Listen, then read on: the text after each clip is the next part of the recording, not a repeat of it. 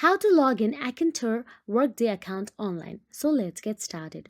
Open any preferred web browser such as Google Chrome, Firefox, or Safari. Then go to the Accenture's official Workday portal or use the URL provided by your HR department. Now all you have to do is enter your Accenture email address or assigned Workday username and type your secure password. You may need to verify your identity via multi-factor authentication using a code sent to your email or phone, or use the Microsoft Authenticator or any other company-approved app for verification.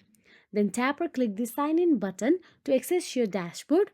Then once logged in, you can view and manage payroll information, update personal details, access training resources and work schedules, and many more.